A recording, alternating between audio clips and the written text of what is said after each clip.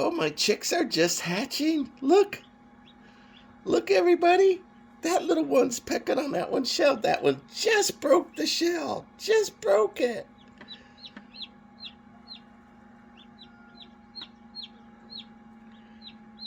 How fun. They're 2 days early. There you go. You got it. So I am a bit unprepared. Now they'll be okay in this in the incubator for a little bit, but what a wonderful surprise! Just out. That one was just a minute or two ago. This one's just hatching. That little guy came over and helped him open. So I'm running a big camera here. So hopefully I'll get them all day long. Open it up. There's another one with a shell cracked. So there's somebody else helping. Oh, wonderful. Well, looky here. I've got home of my chicken ranch. And the chicken ranch isn't what you think it is. It's not. I mean, they did sell chickens there, but it was a little house of ill repute in LaGrange, Texas, just nearby me. Gone now, but in harmony with my little chicks, I went ahead and put on my home of the chicken ranch shirt. And I'll do a little video on it later because I like ghost towns and it's a little ghost thing. All right, let's take a look at the chick. All right, so this is 3 days after this video that I shot and I've started narrating. And the chicks are all doing fine, except one that I knew wasn't going to make it. It was wrong in the egg. It wasn't in its lung sac.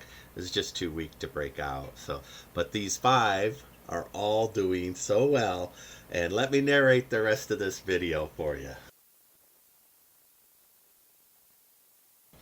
All right, so I had to stop. I've got to re-narrate because I was doing chick baby talk the whole time, and a little bit was fine, but when I was watching, I'm like, oh man, this thing's awful. It was just so boopy boopy, little chicks. But I was super excited. So, and it was early in the morning when it started, so I shipped from my cell phone to my big camera right now. And here's the chicks just 15 minutes after they're born. They're all fluffed up and they're going. So I put it on stop motion. Now, there's some eggs there that I have access through. I know those eggs aren't fertilized. When I candled them, there was no embryo in there whatsoever. My bigger eggs that are white, all of them were fertilized. All of them hatched. 5 out of the 6 that hatched survived. One of them was twisted in the egg sac in the wrong direction. And then they don't get into the lung, the air sac. And by the time I noticed it, he was already exhausted. I broke him out, but he didn't make it. Nevertheless, 5 chicks. Now, I put in a dozen. So this is my very first time. I bought hundreds and hundreds and hundreds of chicks when you could buy them at 10 cents a piece in bulk, right? And that's what historic price. You can't do that anymore. Now they're $4 or $5 a piece. The chicks are very expensive, which is why I'm raising my own chicks here. I have never incubated eggs. I'm so excited the first time to have ever done this. Having them hatch. Now these hatched a couple of days early. They say 21 days on the internet. I spoke to somebody that's raised chickens her whole life, and she's a little older than me. She said, I think she said 16 to 19 days, and she called it, right? These days, 17, 18, they started hatching. I had just removed the ring for them that rotated them, and maybe that's why the one chick wasn't in position, because he only had a few hours, 20 hours, to rotate himself the right way. So now that I know that these chickens hatch early, I know that I can go ahead and remove the ring.